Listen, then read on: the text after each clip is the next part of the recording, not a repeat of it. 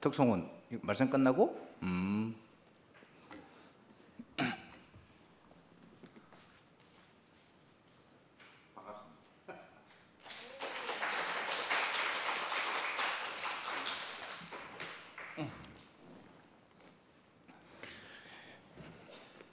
제가 이래 말씀한다니까 우리 지영이하고 현정이가 오늘 보여준 대로 노래 연습도 하고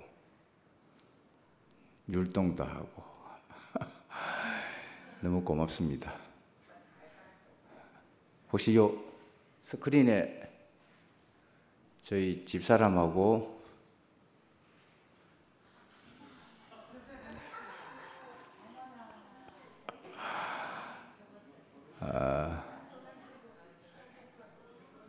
이 사진은 결혼 40주년 기념 리마인드 웨딩 전통 혼례식으로 해봤습니다. 정식은 아니고요. 순천에 이래 여행을 가게 됐는데 전통 혼례 체험장이 있더라고요. 그래서 거기 가가지고 잘 됐다. 우리가 함께 산 지가 40년이 됐는데 한번 사진 찍자 이래가지고 진짜 하는 것처럼 저렇게 한번 찍어봤습니다. 여러분 보기 좋죠? 네. 우여곡절은 참 많이 있었습니다. 40년을 함께 산다는 게 쉽지만은 않은 그런 인생이었거든요. 근데 이 살아는 숫자가 주는 의미가 너무 깊은 거 있죠. 많은 시간이 흘렀고 고난과 연단의 시간을 다 거쳐서 옛것이 끝나고 완전한 새롭게 되는 그런 시간이 40년이 되었습니다. 이스라엘 백성이 400년간 노예생활을 하다가 출애굽한 것, 그렇죠. 또 아브라함 때부터 예수가 탄생할 때까지 42 여정을 거친 것, 출애굽에서부터 가나안에 이르러 들어가는 그 여정이 또 42 여정이죠. 이 사가 주는 이 의미가 완전히 옛것은 끝내고 새롭게 하는 그런 시작의 시간이 또 되더라고요. 오늘 말씀을 준비한 제목은 하나님의 목적을 이루기 위한 더욱 큰 은사에 대한 부분입니다. 성경 구절이 상당히 길죠. 제가 일부러 성경 구절을 길게 했습니다. 왜냐하면 여러분이 성경을 잘 안 읽는 것 같아가지고. 그래서 지금 다 같이 한번 읽어보겠습니다. 고린도전서 12장 11절에서 31절까지입니다. 다 같이 읽겠습니다. 이 모든 일은 같은 한 성령이 행하사 그의 뜻대로 각 사람에게 나누어 주시는 것이니라. 몸은 하나인데 많은 지체가 있고 몸의 지체가 많으나 한 몸인 것 같이 그리스도도 그러하니라. 우리가 유대인이나 헬라인이나 종이나 자유인이나 다 한 성령으로 세례를 받아 한 몸이 되었고 또 다 한 성령을 마시게 하셨느니라.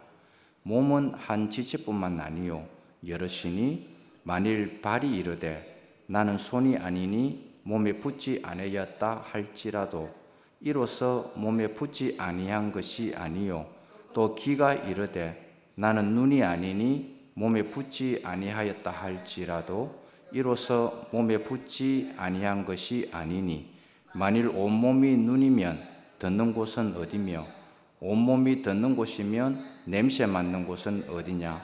그러나 이제 하나님이 그 원하시는 대로 지체를 각각 몸에 두셨으니 만일 다 한 지체뿐이면 몸은 어디냐. 이제 지체는 많으나 몸은 하나라. 눈이 손들어 내가 너를 쓸 데가 없다 하거나 또한 머리가 발들어 내가 너를 쓸 데가 없다 하지 못하리라. 그뿐 아니라 더 약하게 보이는 몸의 지체가 도리어 요긴하고 우리가 몸에 덜 귀히 여기는 그것들을 더욱 귀한 것들로 입혀주며 우리의 아름답지 못한 지체는 더욱 아름다운 것을 얻느니라. 그런즉 우리의 아름다운 지체는 그럴 필요가 없느니라. 오직 하나님이 몸을 고르게 하여 부족한 지체에게 귀중함을 더하사 몸 가운데서 분쟁이 없고 오직 여러 지체가 서로 같이 돌보게 하셨느니라. 만일 한 지체가 고통을 받으면 모든 지체가 함께 고통을 받고 한 지체가 영광을 얻으면 모든 지체가 함께 즐거워하느니라. 너희는 그리스도의 몸이요 지체의 각 부분이라. 하나님이 교회 중에 몇을 세우셨으니 첫째는 사도요, 둘째는 선지자요, 셋째는 교사요, 그 다음은 병 고치는 은사와 서로 돕는 것과 다스리는 것과 각종 방언을 말하는 것이라. 다 사도이겠느냐? 다 선지자이겠느냐? 다 교사이겠느냐? 다 능력을 행하는 자이겠느냐? 다 병 고치는 은사를 가진 자이겠느냐? 다 방언을 말하는 자이겠느냐? 다 통령하는 자이겠느냐? 너희는 더욱 큰 은사를 사모하라. 내가 또한 가장 좋은 길을 너희에게 보이리라. 내가 사람의 방언과 천사의 말을 할지라도 사랑이 없으면 소리나는 구리와 울리는 꽹과리가 되고 내가 예언하는 능력이 있어 모든 비밀과 모든 지식을 알고 또 산을 옮길 만한 모든 믿음이 있을지라도 사랑이 없으면 내가 아무것도 아니요 내가 내게 있는 모든 것으로 구제하고 또 내 몸을 불사르게 내줄지라도 사랑이 없으면 내게 아무 유익이 없느니라. 좀 수고하셨습니다. 이런 중에도 은혜 되죠? 하나님의 목적은 자기 나라를 이루는 것입니다. 교회 바로 그겁니다. 근데 교회를 이루는 이 건축 재료는 무엇인가? 그리스도 자신입니다. 곧 생명이다 이것입니다. 이것은 예수의 살과 피로 만들어진 것입니다. 우리의 생각이나 우리의 계획이나 우리의 어떤 기능적인 것으로 교회가 만들어지지 않습니다. 내가 이 교회를 만들어야지, 내가 다른 사람보다 힘이 있으니까, 능력이 있으니까, 사회적인 지위가 있으니까, 더 많이 배웠으니까 이걸로 교회를 만들어 가는 것 절대로 아닙니다. 이것이 교회에 들어오면은 교회가 만들어지는 것이 아니고 오히려 시끄러워지고 분란이 일어나거든요.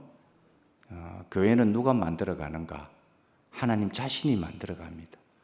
그래서 우리는 교회에 왔을 때에 하나님이 운행하심을 보고 우리는 잠잠할 줄 아는 사람이 되어야 되는 것입니다.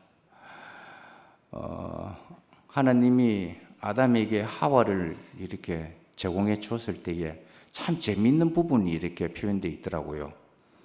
하나님이 아담을 잠들게 했다 그랬습니다. 그러니까 아담이 스스로 잠든 것이 아니라 하나님이 아담을 잠들게 했다 이렇게 표현이 되어 있습니다. 저는 하나님이 나를 내 몸에서 하와를 만들어낼 때에 하나님이 잠들게 했음에도 불구하고 잠이 안 자지더라고요. 하나님이 잠들게 할 때에 우린 자야 됩니다. 시끄럽게 할 이유가 없고요. 나 못 자겠다 할 이유도 없습니다. 제가 이거 주음을 하면서 이런 예를 들었어요. 우리 5살 된 손자 다오미는요, 우리 할머니 할아버지 집에 오면 놀러 오는 거거든요. 절대 잠을 안 잘라 합니다. 아침 일찍 와가지고 밤 10시까지 있어도 덜 놀았다 합니다. 그래가 자기 엄마가 이제 알람을 딱 맞춥니다. 알람이 울리면 우리 집에 가는 거야 하고 약속을 합니다. 그 알람이 울리거든요. 그럼 우리 다오먹 이랍니다. 엄마, 나는 안 듣기는데 엄마는 듣기나? 자기는 안 듣긴답니다. 그럼 엄마가 한 번 더 넘어가 줍니다. 그럼 5분 더 연장을 시켜주죠. 근데 이것을 3번을 해요. 나는 안 듣기고 더 놀고 싶었어요. 이래. 근데 우리가 하나님이 잠재우실 때에 자야 됩니다. 그래야 내 몸에서 배필이 나오거든요.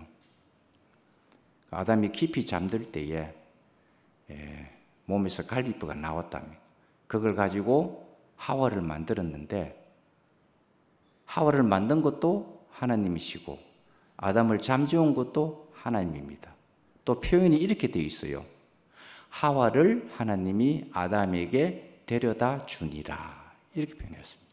그러니까 하와 스스로 아담에게 가는 것도 아니고 하나님이 처음부터 끝까지 다 하셨다라는 것입니다. 교회는 하나님이 하시는 곳이에요. 그래서 우리 인생은 교회 안에서 일어나는 모든 일에 대해서 잠잠할 줄 알아야 됩니다. 그래야 하와가 나옵니다.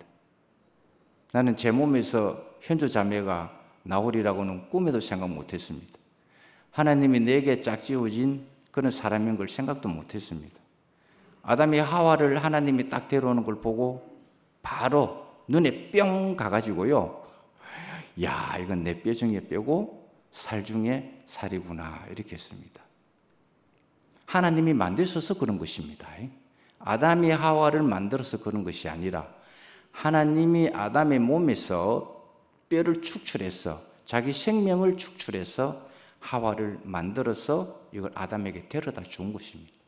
하나님이 만드셨으니 당연히 뼈 중에 뼈요 살 중에 살이 되지 않겠습니까? 이건 주님 자신을 이야기하는 거거든요. 주님 자신이 깊은 죽음 속에서 있는데 주님의 갈비뼈를 빼서 우리 인생을 지으셨다, 이 말입니다. 자기 신부를 지으셨다, 이 말인 것입니다. 우리 신부는 그냥 나오는 게 아닙니다. 하나님의 깊은 죽음 속에서 우리 인생이 나왔다, 이 말인 것입니다. 저는 현주 자매하고 같이 살면서 정말 죽음에 대해서 이야기를 너무 많이 했어요. 십자가에 대해서 진짜 이야기 많이 했거든요. 늘 한 이야기지만은 우리 자매는 내 이야기를 들으면은 잠잠히 듣습니다. 틀린 말이 하나도 없거든요. 반론을 제기를 못합니다. 너무 맞는 말이니까. 다 듣고 난 다음에 하는 이야기가, 당신이 하는 이야기는 다 맞는데 아멘이 안 된다, 죽음이 안 보인다, 이 말입니다. 내가 잠을 자야 되는데 하나님이 나에게 지금 잠을 자라고 하는데 나는 못 잔 거예요. 근데 40년이 그렇게 흘러가 버렸습니다. 근데 이제는 진정한 제 몸에서 정말 뼈 중에 뼈요 살 중에 살이 나왔다는 걸 좀 실감을 합니다. 제 인생에서 가장 아름답고 가장 소중하고 가장 멋진 하와를 주님께서 제게 데려다 줬습니다. 근데 딱 보니까 내 갈비뼈였던 것입니다. 내 몸이었다, 이 말인 것입니다. 그래서 하나님이 하와를 아담에게 딱 데려다 주면서 축복하신 말이 너희 둘이 연합하여 한 몸이 되라, 이렇게 하는 거예요. 이거는 하나님 자신이 사람과 연합하고 싶은 깊은 갈망을 우리에게 지금 제공해 주고 있는 것입니다. 그래서 오늘 교회는요, 연합된 몸이잖아요. 그런데 이 몸은 무엇으로 구성되어 있느냐니까 생명이었다라는 것입니다. 그리스도의 십자가의 죽음과 부활 안에서 나오는 영원한 생명이 예수의 살과 피로 결국 몸이 만들어졌다, 이 말입니다. 교회는 연합된 몸입니다. 하나는 절대 몸이 될 수가 없고 둘이 연합되어져야 온전한 몸이 되고 온전한 표현이 일어난다라는 것입니다. 그리고 또 교회는 무엇인가? 하나님의 궁극적인 목적은 교회입니다. 곧 몸이다, 이 말입니다. 십자가를 통하여 이렇게 생명을 분배하셨습니다. 십자가는 왜 있는가? 생명 분배하려고 그러는 것입니다. 십자가가 아니면 이 생명이 우리에게 분배되지 않았다라는 것입니다. 사도행전에 보면은 예수님께서 부활하신 이후에 이렇게 헤븐으로 올라가시기 전에 제자들에게 당부를 했습니다. 너희들은 흩어지지 말고 있으라 그랬습니다. 내가 내 영을 너희들에게 분배해 줄 때까지 흩어지지 말라 그랬습니다. 그런데 십자가에서 죽고 부활한 이후에 이 십자가를 통하여 생명의 분배가 우리에게 드디어 이루어졌다라는 것입니다. 예수의 생명이 우리에게 분배되기 전까지는 몸이 나타나지 않았다라는 것입니다. 그런데 생명이 분배된 이후에 교회가 탄생하기 시작했습니다. 참 신기한 일이죠. 제 생명을 분배할 때 뭐라고 말했느냐 하면은 하나님께서 내게 허락하신 이 단어가 또 붙습니다. 예수는 자기 스스로 자기 임의대로 자기의 영을 우리에게 분배하지 않았습니다. 하나님께 반드시 허락을 받았어요.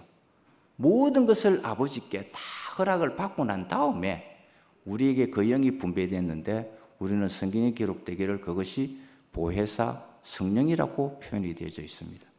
그 제자들이 복음을 전할 때에는 이 성령을 받고 난 다음부터 복음이 전해진 것을 우리는 알 수가 있는 것입니다. 그래서 이 영은 참으로 중요합니다. 이 영이 뭐냐면은 고스트가 아닙니다. 이 고스트는요, 한이 많아가지고 떠돌아다니는 거거든요. 유령이거든요. 그러나 이 성령은 유령이 아닙니다. 이거는 하나님이 자기 아들의 그리스도를 통해서 죽고 다시 산 그 영을 이야기하고 있는 것입니다. 이거는 부활의 영이고요, 생명 주는 영입니다. 이걸 우리는 통상 다 합쳐서 Holy Spirit라 그럽니다. 이거는 성령이라 그러는 것입니다. 이게 없으면은 우리는 예수를, 그리스도를 주라고 시인할 수가 없습니다. 우리가 예수를 주라고 시인하는 유일한 이유가 뭐냐면 영이 있어서 그런 것입니다. 세상에 나가서 예수가 당신의 주십니까? 물어보면 절대 주라고 이야기 안 합니다. 왜 그런지 압니까? 세상에는 그의 영이 없어서 그런 것입니다. 우리는 쉽게 예수를, 그리스도를 주님이라고 이야기를 하지 않습니까? 이것은 그냥 하는 게 아닙니다. 내가 습관적으로 하는 것이 아니라 예수의 영이 우리에게 그렇게 말하도록 한다, 이 말인 것입니다. 그래서 우리가 예수를 주님이라고 부르는 이유는, 그렇게 할 수 있었던 것은 주님이 우리에게 자신의 영을 줬기 때문에 그렇다라는 것입니다. 세상에 나가가지고 예수를, 그리스도를 주님이라 하는 그런 사람은 없습니다. 한번 확인 한번 해보세요. 제 말이 거짓말인지. 왜냐하면 거기에는 주님의 영이 없어서 그렇다, 이 말인 것입니다. 그래서 십자가를 통해서 이 생명은 우리에게 분배가 되어졌습니다. 예수의 피 흘림을 통해 가지고 교회를 건축하는 생명이 나오게 됐다, 이 말인 것입니다. 그래서 이 생명, 건축을 위한 이 생명은 어디를 통해서 나오는가? 십자가를 통해서 우리에게 오게 됐다라는 것입니다. 그래서 우주적인 교회, 예수의 몸은요, 주님의 몸은 단순하게 내 교회, 네 교회에 대한 몸이 아닙니다. 예수의 몸을 우리는 만유의 주라 이야기를 하고 우주적인 몸이라 이야기를 하는 것입니다. 여기에는 휘장이 있어서는 안 됩니다. 교회 안에서도요, 끼리끼리에 대한 휘장이 너무 많은 것 같아요. 내 성향 때문에 생기는 휘장, 내 기호 때문에 생기는 휘장, 그 다음에 학연과 지연과 이런 모든 인간관계에서 나오는 이 휘장 때문에 우리는 한 몸이 되는 것이 그렇게 쉽지가 않다라는 것입니다. 그런데 저는 참 놀랍고도 새로운 것을 하나 발견을 했는데, 예수님께서 십자가에 딱 돌아가셨을 때 나타난 현상이 두 가지였거든요. 하나는 위로부터 아래에까지 휘장이 찢어졌다라는 것입니다.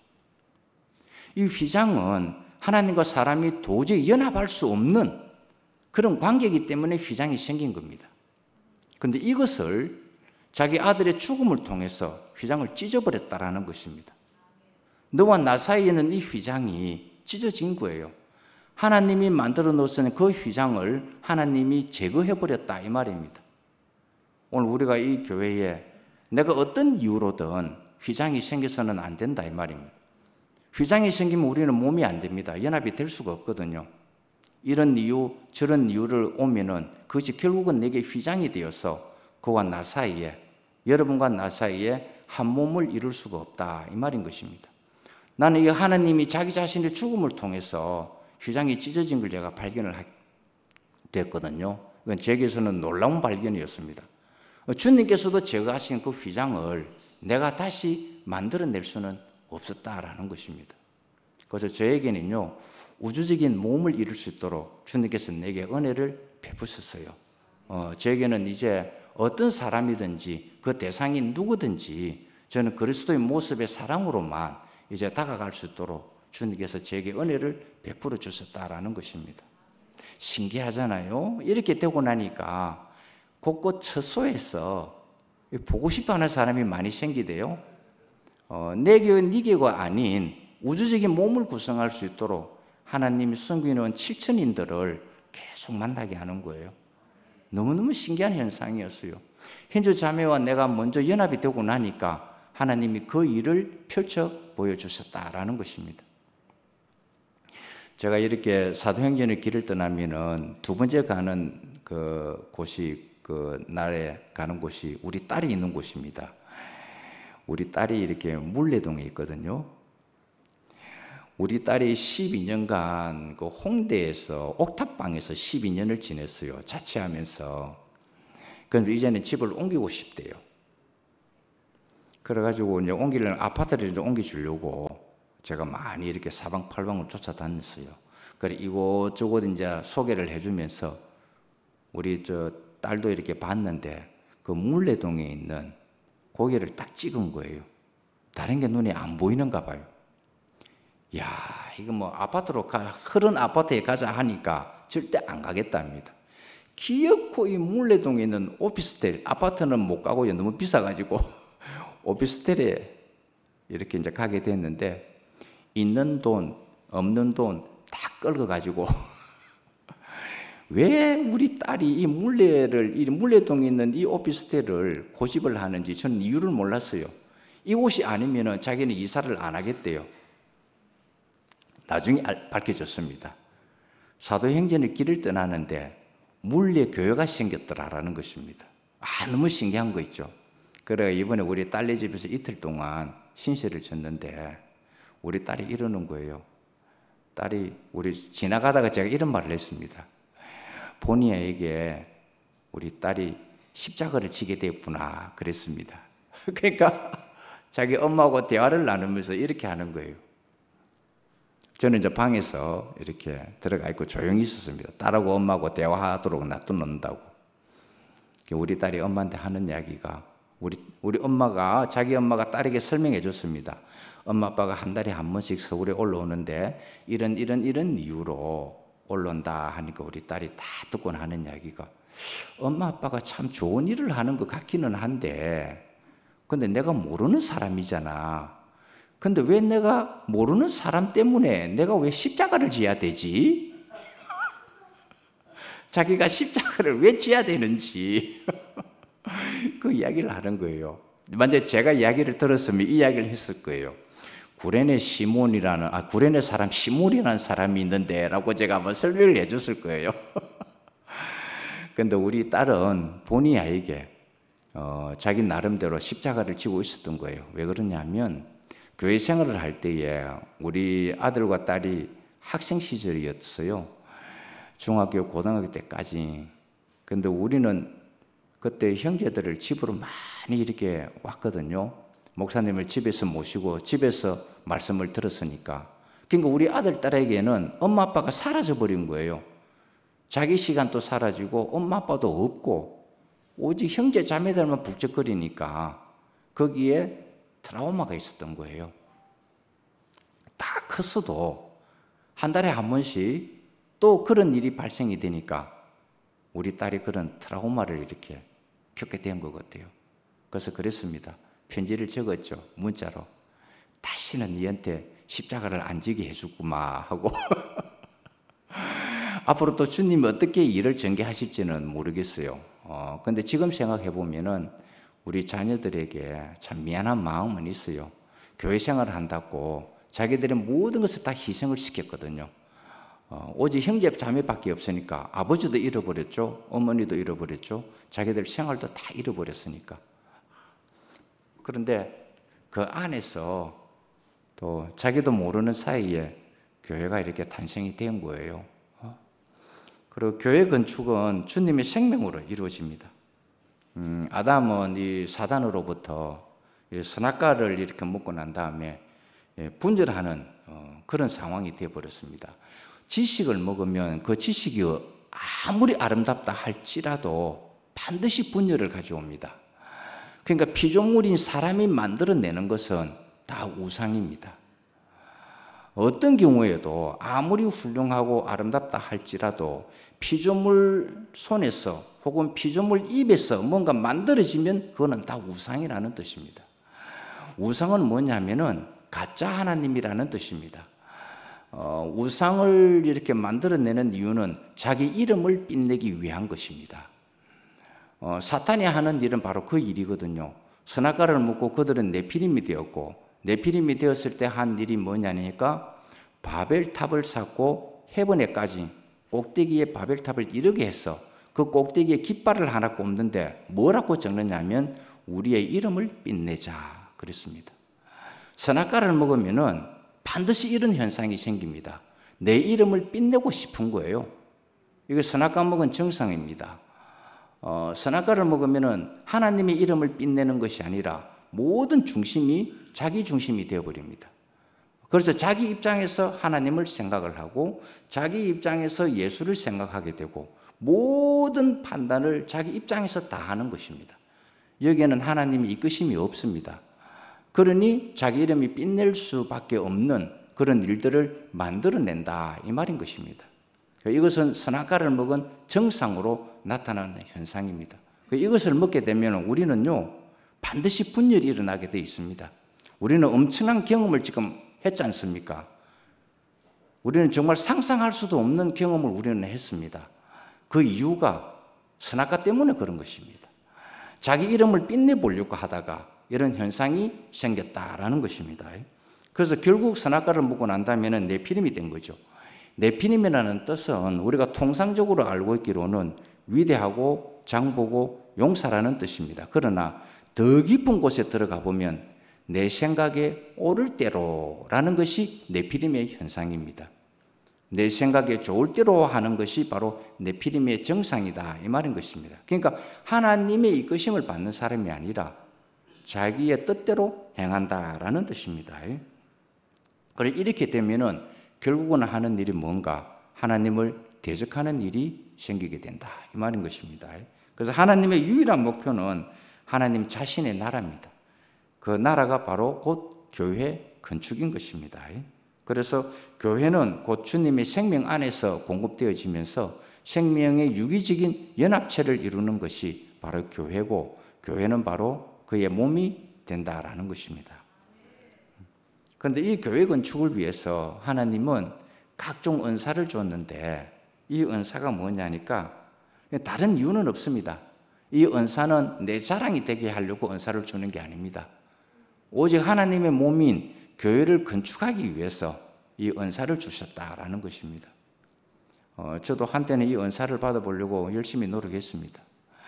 지금 영식이이 저기 있지만 영식이하고 저하고는요 정말 전도를 많이 했습니다.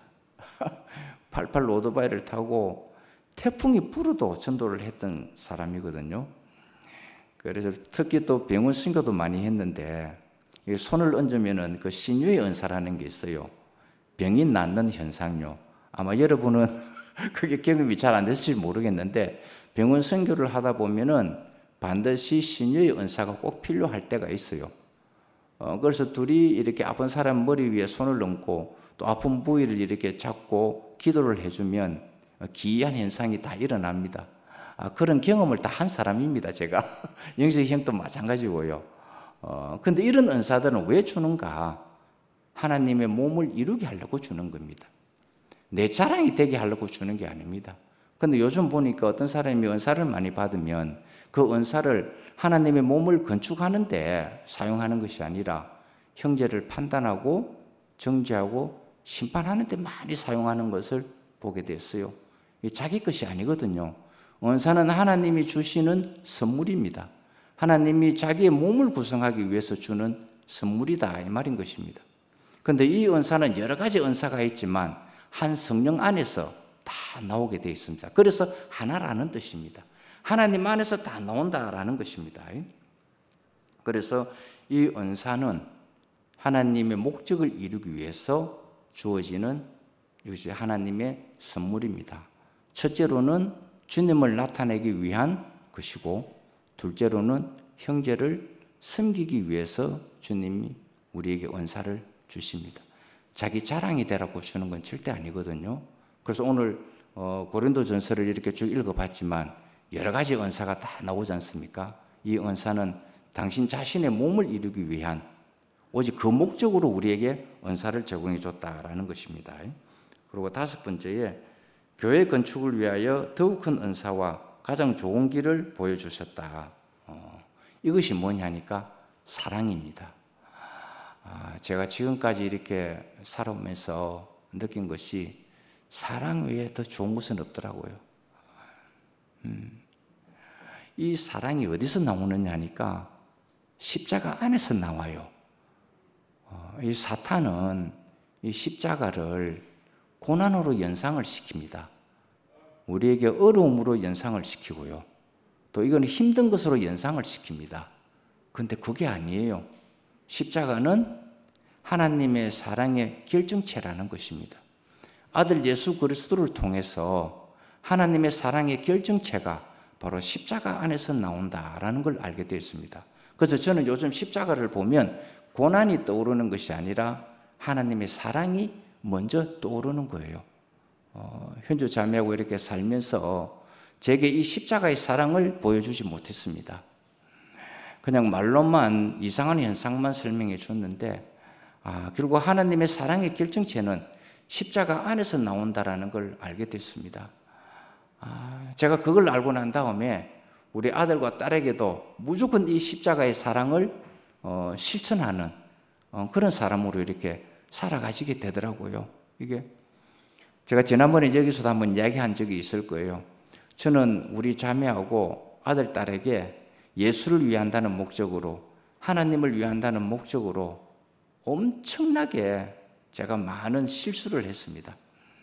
그래서 한 날에 무떡 이 십자가의 사랑을 알고부터 제가 우리 아들, 딸, 현주 자매에게 미안합니다, 이렇게 용서해 주세요 하고 무릎을 꿇고 이렇게 용서를 구한 적이 있습니다. 이 이야기를 여러 번 했기 때문에 여러분도 기억을 하실 거예요. 그때 우리 딸이 이렇게 이야기를 하는 거예요. 제가 우리 딸한테 이렇게 이야기했습니다. 딸아, 아빠가 예수를 잘못 알아가지고 예수를 잘못 믿어서 너희들이 예수 예자만 들으면 경기가 날 정도로 너희들에게 해준 것에 대해서 너무 미안하다. 예수가 잘못된 것이 아니고 아버지가 예수를 잘못 알아서 그랬다. 이제 아버지는 예수를 똑바로 알게 됐다. 예수를 미워할 필요는 없다. 교회를 미워할 필요는 없다. 단지 아버지가 예수를 잘못 알고 잘못 행했기 때문에 너희들에게 예수로 인해서 마치 고통을 준 것처럼 그렇게 했을 뿐이다. 너무 미안하다. 아빠를 좀 용서해 줬으면 좋겠다 하고 이렇게 고백을 했습니다. 그런데 참 우리 딸이 너무 있잖아요, 이 가슴을 울리는 대답을 하더라고요. 아빠도 그 당시에는 그럴 수밖에 없었을 거야. 이 이야기를 하는 거예요. 우리 상도가 늘 고백하는 그 말 있죠. 상도가 어쩔 수 없어서 그랬을 거다 하는 이 말을 우리 딸이 하는 거예요, 제게. 그 이야기를 듣는데 우리 딸이 내보다 훨씬 나은 거예요. 제가 수십 년을 예수 믿은 나보다도 우리 딸이 훨씬 나은 거예요, 이게. 그러나 아빠가 그럴 수밖에 없어서 그랬을 거다 하는 이 말에 모든 것이 다 녹아지면서 고맙다 그랬어요. 딸아, 정말 고맙다. 나보다도 네가 더 큰 십자가를 지고 있었구나 하는 마음이 딱 드는 거 있죠. 나는 내가 십자가 지는 줄 알았어요. 근데 우리 딸이, 우리 아들이, 그리고 우리 자매가 내보다 훨씬 큰 십자가를 지고 있었던 거예요. 그걸 이제서 알았던 겁니다, 이게. 그러니까 자연스럽게 고백이 나올 수밖에 없대요. 우리 현주 자매한테도 많은 용서와 사과를 이렇게 이야기했습니다. 식탁 대화를 나누면서 생각날 때마다 부인 미안해요.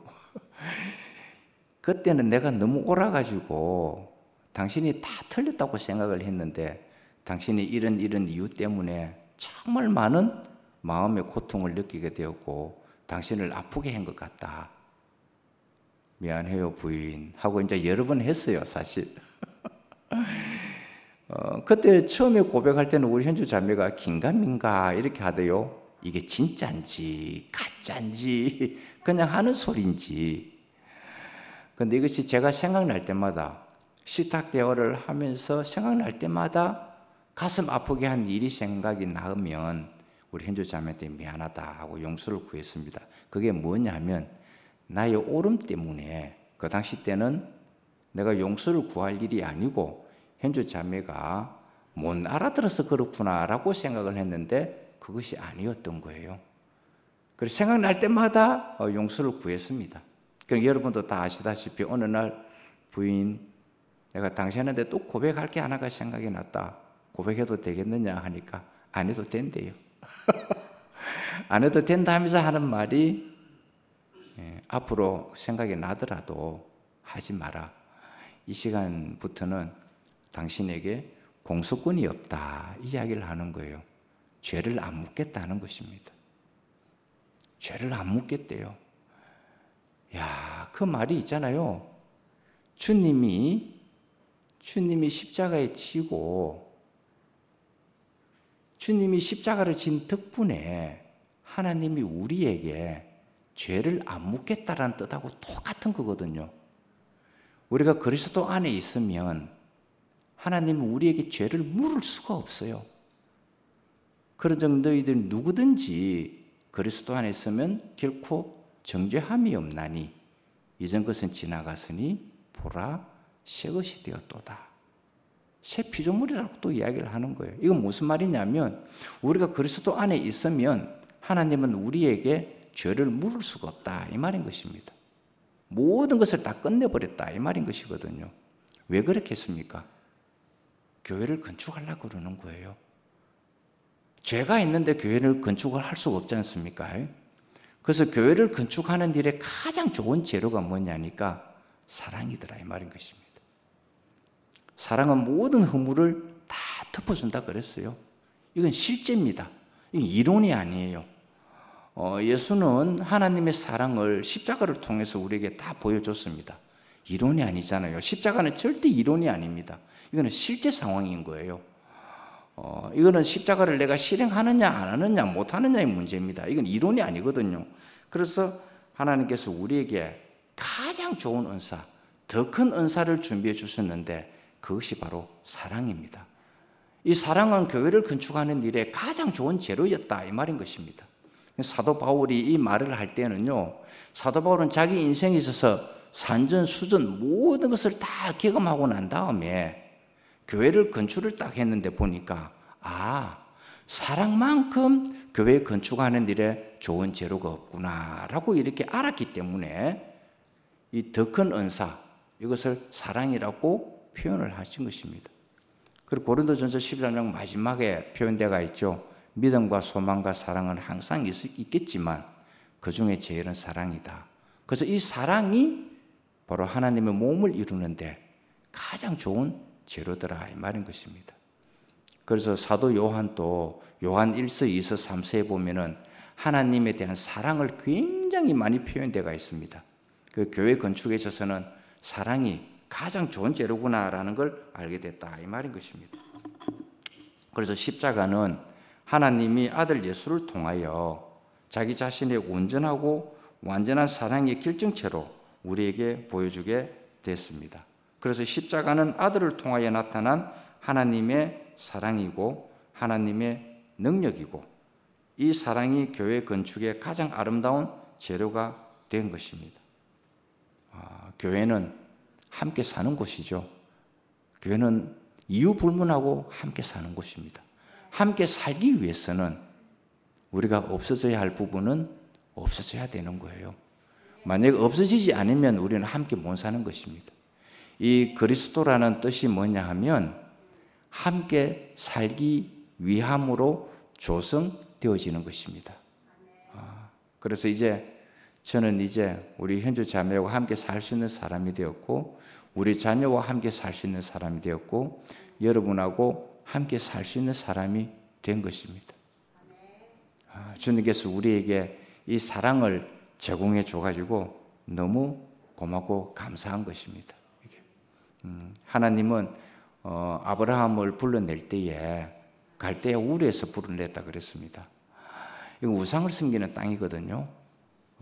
그런데 아브라함은 그 땅에서 살 수가 없었기 때문에 불러낸 이것이 바로 교회의 시작이 되었던 시작점이 된 것입니다. 그 아브라함을 통해서 결국 예수가 나오고, 예수를 통해서 12제자가 나오게 되었고, 12제자를 통해서 교회가 탄생되었기 때문이거든요. 오늘 우리가 교회를 이루는 데 있어서 가장 큰 축복의 재료는 사랑입니다.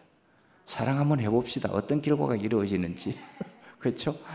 사랑은 하나님이 우리에게 주신 가장 큰 선물이고 은사이거든요.